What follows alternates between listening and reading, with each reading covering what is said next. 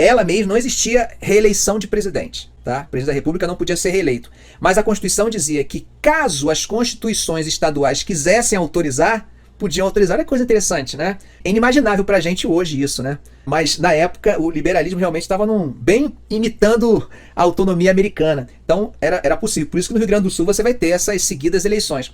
E o interessante, todos eleitos com tipo 98,9% dos votos, entendeu? O voto era facultativo. E aí os coronéis prendiam os caras na fazenda para votar no dia anterior, entendeu? Davam churrasco, davam coisa, prendia todo mundo. O cara não sabia ler, ficava treinando lá, escrever o nome, até aprender. Aprendeu, pronto, pode votar. E assim por diante. Então a fraude era gente que morria 7 anos depois, você tinha o nome do cara ali. Por isso que em alguns casos, algumas fichas de eleitorais, as letras dos nomes das pessoas, as letras eram todas parecidas. Existia um apelido que se falava voto a bico de pena. Essa ideia do voto a bico de pena era justamente uma característica desses votos. Você via o voto do cara escrevendo o nome, aí o outro embaixo é a mesma letra. A mesma letra. Tentativa de assassinato contra Prudente Moraes, estado de sítio, violenta repressão, jacobinismo. Isso é a chamada década do caos, né?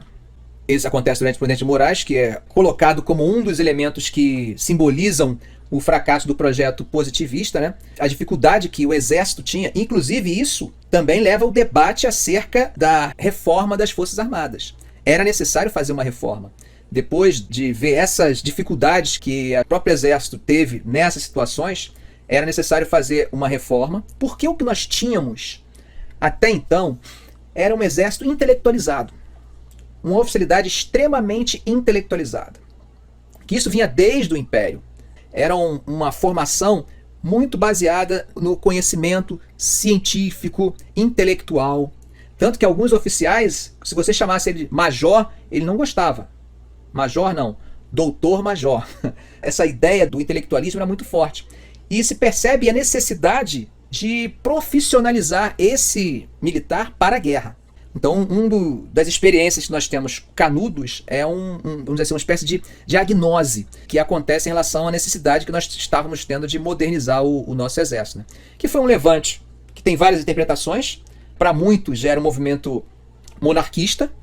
Por quê? Porque quando nós temos uma separação entre o Estado e a Igreja, é óbvio que o discurso da Igreja vai ser de que há uma luta contra a Igreja.